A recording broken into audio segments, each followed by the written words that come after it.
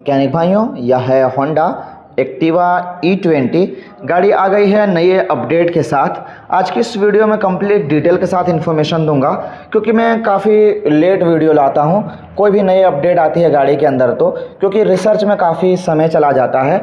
सबसे पहले क्या करेंगे, ऊपर से क्विक इन्फॉर्मेशन शेयर करेंगे कि ऊपर से क्या बदलाव दिए गए हैं। फिर इसका हेडलाइट असेंबली ओपन करेंगे, इसका टॉप पैनल निकालेंगे और देन इसकी बैटरी बॉक्स को निकालेंगे और इसके सीट पैनल को निकालेंगे और दिखाएंगे ऊपर के साथ साथ कंपनी ने अंदरूनी चीज़ों को क्या क्या ऐसे चेंज किया है।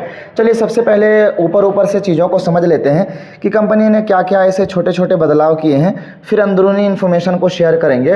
तो वीडियो आज की काफ़ी इंटरेस्टिंग एंड इन्फॉर्मेशन होगी, तो ज़रूर से ज़रूर चैनल को सब्सक्राइब कर दीजिए और एंड तक बने रहिए। चलिए मैं आपको अंदर के सारे इन्फॉर्मेशन शेयर करूँ उससे पहले शुरू करते हैं राइट हैंड साइड के स्विच से। तो अभी देखें, स्विच में आपको बहुत बड़ा चेंज देखने को मिलेगा। अभी ये ब्लैक कलर का स्विच देखने को मिल रहा है। इससे पहले आपको रेड कलर का स्विच देखने को मिलता था, जिससे आप गाड़ी को यहीं से ऐसे स्टार्ट करते थे और यहीं से ऐसे कट ऑफ करते थे इंजन को, यानी किल स्विच भी कंपनी यहीं पे प्रोवाइड करके दिया करती थी। लेकिन अब कंपनी ने ये जो फैसिलिटी दी है, इससे आप गाड़ी को सिर्फ स्टार्ट कर सकते हैं। ये मैंने स्टार्ट कर दी गाड़ी को, लेकिन यहाँ से हम बंद नहीं कर सकते, कभी नहीं। इससे क्या हुआ, कंपनी ने कस्टमर्स के हाथ से परमिशन छीन लिया।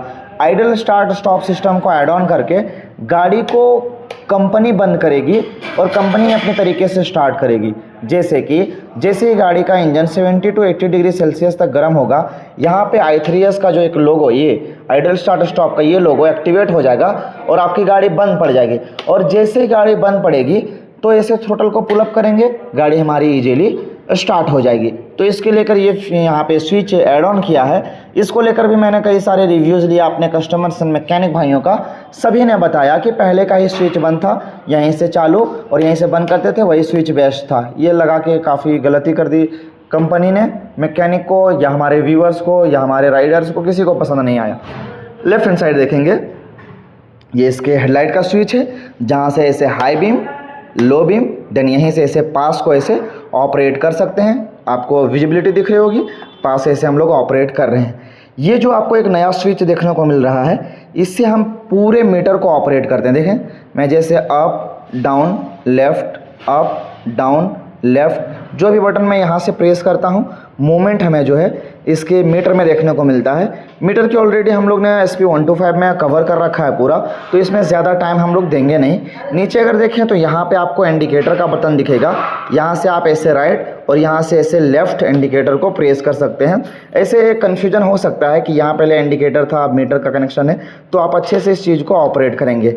नीचे अगर देखेंगे तो यहाँ पर आपको हॉर्न का बटन देखने को मिलेगा। ये था ऊपर का इन्फॉर्मेशन। चलिए थोड़ा सा क्विक जल्दी में इसके मीटर के बारे में समझ लेते हैं, क्योंकि अंदर इनके इन्फॉर्मेशन में ज़्यादा समय देना है। जैसे ही चाबी स्विच को ऑन करेंगे तो कुछ ऐसी फैसिलिटी आपको देखने को मिलेगा। Right hand side indicator symbol, left hand side indicator symbol, नीचे आपको MIL इंडिकेटर देखने को मिलेगा, माल फंक्शन इंडिकेटर। यहाँ पे अगर देखें साइड में एक विजिबिलिटी सेंसर जिसे कहते हैं ना, उसे होंडा पुकारती है फोटो सेंसर बोल के। ये कैप्चर करता है हमारे वातावरण को, दिन है या रात है, उस हिसाब से इसकी स्क्रीन की विजिबिलिटी को कम या ज़्यादा ब्राइटनेस एडजस्टमेंट करती है और इसके थीम को भी चेंज करती है। इसके थीम को अगर आप चाहें तो मैनुअली भी अपने हिसाब से एडजस्टमेंट कर सकते हैं। जैसे ही यहाँ से इसके राइट ऐसे टर्न करेंगे तो ये देखें फ्यूल का एक सेक्शन आया, नीचे ले जाएंगे, यहाँ पे किलोमीटर, इसके नीचे सेटिंग के अंदर जैसे आप प्रवेश करेंगे बहुत सारे ऐसे फैसिलिटी आपको देखने को मिलेगा। फंक्शन है, डिस्प्ले है, जनरल है, सर्विस है। ऑलरेडी सभी चीज़ों के ऊपर डिटेल में मैंने वीडियो बना रखा है। एक छोटा सा एक डिस्प्ले का ही कवर कर लेते हैं। यहाँ पे देखें डिस्प्ले टाइप है, जिसमें आपको बार एंड सिंपल चाहिए, तो मैंने बार में ही लगा रखा है, क्योंकि सिंपल किसी को ऐसे समझ में आता नहीं है। अब यहाँ से मैं बैक चला आता हूँ, नीचे चलेंगे ब्राइटनेस की ओर। ब्राइटनेस आप अपने हिसाब से एडजस्टमेंट कर सकते हैं। अभी हमारा ब्राइटनेस जो है फुल है, यहाँ से मैं कम कर रहा हूँ, कम हो रहा है, यहीं से ज़्यादा करेंगे, ये ज़्यादा होगा, ये हमारा हो गया ज़्यादा। लेकिन मैं क्या करता हूँ, ब्राइटनेस को मैं ऑटो पे रखता हूँ, ये रख दिया मैंने ऑटो पे। अब यहाँ से बैक चलेंगे थीम पे। थीम हमारा 3 प्रकार के हैं। पहला हमारा dark, then light and auto. जिस हिसाब से तो ऑटो पे ही इससे रहने देते हैं, अपने फोटो सेंसर ऑटोमेटिकली इसको डिटेक्ट करके कर लेगा। बाकी फेवरेट इन्फॉर्मेशन में आपको क्या क्या फ्रंट पे चाहिए वो सारे फैसिलिटी यहाँ पे दी गई है। अगर मीटर का ही वीडियो बनाया जाए ना तो आधे घंटे से ज़्यादा का समय जाएगा, जितना डीप इसका मीटर है। बाकी मैं जनरल इन्फॉर्मेशन दे दूँ, यहाँ पे इस गाड़ी का जो फ्यूल लेवल दिखता है, कितनी दूर आपकी गाड़ी इसके अंदर जो है चल सकती है। यहाँ पे आपको इंडिकेशन दिखाएगा। ये आपका इकोनॉमी एंड पावर का यहाँ पे लाइट दिखेगा। ये आपका आरपीएम है, यहाँ पे स्पीड इंडिकेट करेगी। हमारी गाड़ी के अंदर यहाँ पे अभी ट्रिप बी है, टोटल है, ट्रिप ए है, रेंज, किलोमीटर, मल्टीपल चीज़ें हैं। अगर आपको रेंज भी जानना हो तो ऐसे ऊपर चलेंगे फ्यूल वाले सेक्शन पे, ऐसे टैप करेंगे, अभी फ्यूल का है, नीचे जैसे ही ले जाएंगे यहाँ पे रेंज दिखना शुरू हो जाएगा। अभी रेंज ब्लैंक इसलिए है क्योंकि गाड़ी के अंदर पेट्रोल लो है। ये था ऊपर 5 मिनट इसमें ही चले गए। चलिए मैं आप सारी चीज़ें खोल के दिखाता हूँ कि अंदर कंपनी ने क्या क्या ऐसा चेंज किया, ब्लूटूथ की कनेक्टिविटी डालने के लिए कंपनी ने क्या लगाया है। अभी मैंने इसके बैटरी बॉक्स को निकाला है। सबसे पहला जो नोटिस आप करेंगे वो ये कि इसके अंदर 2 रिले में से एक भी रिले नहीं है, दोनों रिले को हटा दिया गया है। पहला जो रिले होता था स्टार्टर / चार्जिंग रिले, उसे भी हटा दिया गया है। साथ ही हमारी गाड़ी का जो सेल्फ रिले और मेन रिले था उसे भी हटा दिया गया है। अब उसके जगह पे यहाँ पे कंपनी ने एक 40 एम्पेयर का फ्यूज दिया है। साथ ही साथ इस जगह पे एक स्पेयर फ्यूज का भी उपयोग किया है। अगर ये ख़राब हो तो यहाँ से इसे रिप्लेस करके इसे लगाया जा सकता है। बाकी 7.5 एम्पेयर के मल्टीपल फ्यूज हैं, एक 20 एम्पेयर का है। चलिए इसका डिस्क्रिप्शन में ढक्कन में शेयर करता हूँ इसके ऊपर के कैप में। उससे पहले मैं इसके DLC को दिखा दूँ। यह गाड़ी का DLC है। पहले इसके अंदर आते थे सिर्फ के सिर्फ 4 वायर, लेकिन जैसे E20 फेज़ 2 का अपडेट आया, 4 वायर को कंपनी ने रिप्लेस करके अब इसके अंदर 6 वायर ऐड ऑन कर दिए हैं। क्यों ऐड किया गया है, इससे क्या बेनिफिट मिलेगा, उसका मैं एक डिफरेंट वीडियोस लाऊंगा। अभी आप फ्यूज बॉक्स की ओर देखें। ये फ्यूज बॉक्स का आप स्क्रीनशॉट ले लीजिए और आप आराम से इसको देख लीजिए किसका कौन सा फ्यूज है ना। चलिए स्क्रीनशॉट आपने ले लिया। चलिए मैं आगे बढ़ता हूं और फ्रंट पैनल को ओपन करने की कोशिश करता हूं। इसके अंदर कुछ भी नहीं है, जिससे आपकी गाड़ी के अंदर काफ़ी स्पेस बन जाता है। कुछ छोटे मोटे सामान इधर आप रख सकते हैं। अगर आप एक प्रोफेशनल हैं, अगर आपको स्क्रू को फिट करना और ओपन करने की क्षमता है तो आप नीचे इसके अंदर कुछ भी रख सकते हैं।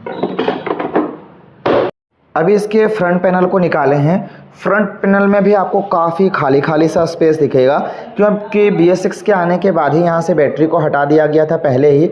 अब आपको इसके अंदर नया क्या देखने को मिलेगा, तो मोबाइल चार्जर। यहाँ पे अगर देखें तो इस तरह से सॉकेट कपलर का कनेक्शन लगा हुआ है। 2 वायर इसके अंदर आपको देखने को मिलेगा। इसके अंदर क्लियर है, 2 वायर इसके अंदर 12 वोल्ट की सप्लाई आएगा और दूसरा हमारा ग्राउंड के लिए उपयोग किया गया है। इस तरह से सॉकेट कपलर है। यहाँ पे लॉक दिए गए हैं, जिससे डायरेक्ट इसके लॉक को ऐसे प्रेस करेंगे ऊपर और नीचे। देखिए मैं आराम से खोल पा रहा हूँ। नीचे भी एक लॉक, ऊपर भी एक लॉक। दोनों लॉक को प्रेस करके ऐसे बाहर निकालेंगे ना तो हमारा मोबाइल चार्जर इजीली बाहर निकल आएगा। अब इसके अंदर एक नई चीज़ मैं आपको दिखाता हूँ।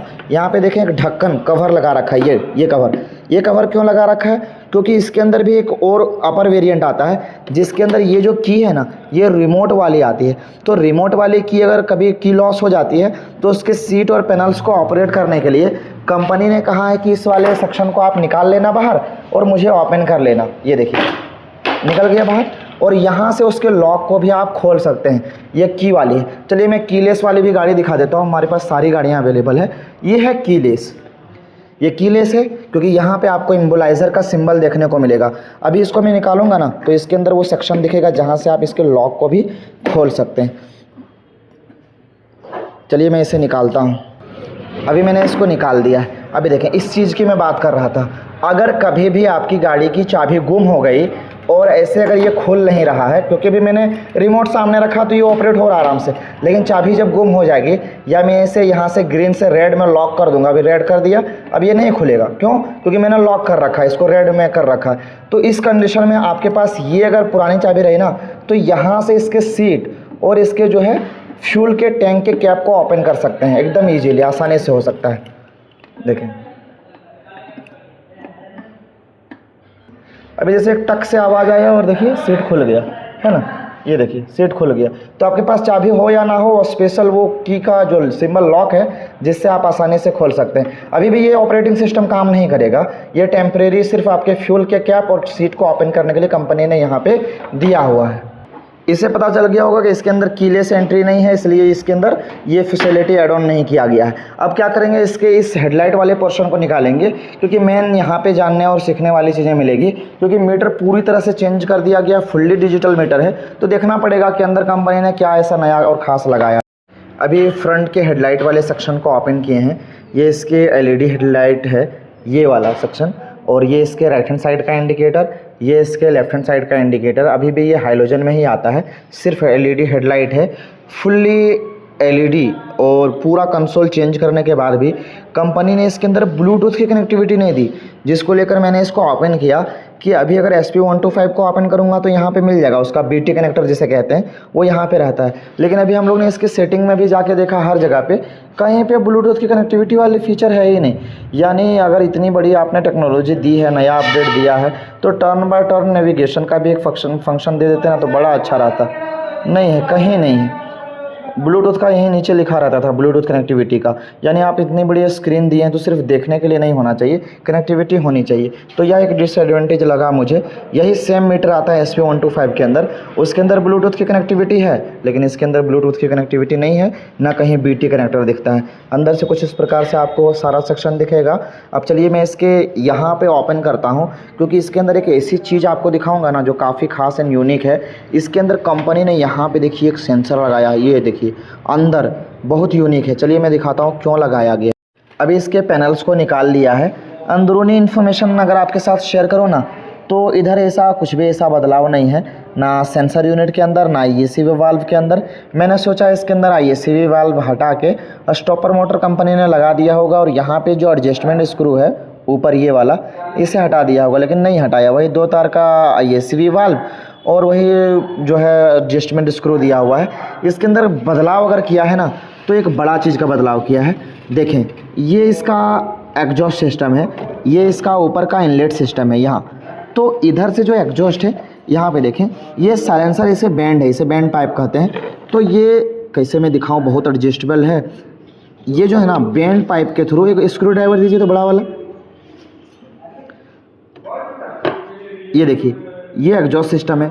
तो एग्जॉस्ट सिस्टम के अंतर्गत यहाँ पे देखें जो बैंड पाइप है, बैंड पाइप से जुड़ा हुआ है कैटालिटिक कन्वर्टर। ये जो मोटा और बड़ा पाइप दिख रहा है इसे कैटालिटिक कन्वर्टर कहते हैं। अब देखिए कैटालिटिक कन्वर्टर से पहले कंपनी ने यहाँ पे एक सेंसर टाइट किया है, इसे कहते हैं O2 सेंसर। और कैटालिटिक कन्वर्टर के जस्ट बाद यहाँ पे भी कंपनी ने एक सेंसर टाइट किया है, इसे भी कहते हैं O2 सेंसर। अब कंपनी ने 2 सेंसर क्यों दिया है, इसका मोटिव ये है, कंपनी ने 2 सेंसर जो दिया है, समझिए इसके मैकेनिज्म को। इसे कहते हैं अनहीटेड ऑक्सीजन सेंसर और इसे कहते हैं heated oxygen sensor. Heated oxygen sensor के अंदर 4 वायर रहते हैं और अनहीटेड के अंदर 1 या 2 वायर आपको देखने को मिलेगा। यानी अगर हमारी गाड़ी से इधर अनबर्न फ्यूल निकल रहा है तो इसको अगर पता नहीं चला, क्योंकि ये अनहीटेड है, ये जब काम करेगा जब 300 डिग्री सेल्सियस से ज़्यादा इसका एग्जॉस्ट सिस्टम गर्म हो जाएगा। लेकिन ये जो सिस्टम है ये तुरंत एक्टिवेट हो जाएगा, ये हीटेड ऑक्सीजन सेंसर, क्योंकि इसके अंदर डायरेक्ट बैटरी से वायर जुड़े हुए हैं। इसका तार अगर मुझे मिला ऊपर तो मैं आपको दिखाता हूँ। ये देखिए ये 4 तार जो दिख रहा है ना, ये हीटेड ऑक्सीजन सेंसर का। अभी जो आप देख रहे हैं कैमरे के अंदर, ये जो 4 वायर का है ये भी ऑक्सीजन सेंसर का ही कपलर है, और ये सिंगल वायर का भी ऑक्सीजन सेंसर का ही कपलर है। 1 वायर का यानी अनहीटेड, 4 वायर का यानी हीटेड। तो मैकेनिज्म आपको समझ गया कि इसके अंदर यहाँ पे भी ऑक्सीजन सेंसर, वहाँ पे भी ऑक्सीजन सेंसर। अब चलिए पैनल को थोड़ा और ऊपर उठाते हैं और देखते हैं यहाँ पे कुछ ऐसा बदलाव किया है क्या। जी नहीं, कोई बदलाव नहीं। ये ISG सिस्टम इसका अलग कर दिया है, ये इसका ECU, ये सेंसर्स, एक्चुएटर्स और फ्यूल पंप को वर्क करवाएगा, और ये सेल्फ सिस्टम, हेडलाइट और बैटरी को चार्ज करेगा। 3 काम इसका, 3 काम इसका। दोनों को अलग करने का मोटिव ये है कि अब जल्दी ये ख़राब नहीं होगा। तो आप मुझे कमेंट करके बताइए कि आपको कैसा लगा ये वीडियो। इसके अंदर जो आपने अपडेट देखे, क्या वो वर्थ इट है, हेल्पफुल है? क्या ये अपडेट कंपनी को लाना चाहिए? क्या इससे हमारे मैकेनिक भाई परेशान होंगे, या इस अपडेट से हमारे कस्टमर को कोई बेनिफिट मिलेगा? जो भी आपकी राय है आप कमेंट बॉक्स के अंदर जाहिर करें। और कुछ इसके अंदर और अपडेट्स और बदलाव के वीडियोस चाहिए रहेंगे तो आप मुझे कमेंट करें, और चैनल को जरूर से जरूर सब्सक्राइब कर दें, क्योंकि इस तरह से रेगुलर डेली बेसिस पे वीडियोस लाता रहता हूँ। चलिए फिर मिलेंगे नेक्स्ट वीडियो में कोई अच्छे से टॉपिक लेकर। तब तक के लिए थैंक्स फॉर वॉचिंग।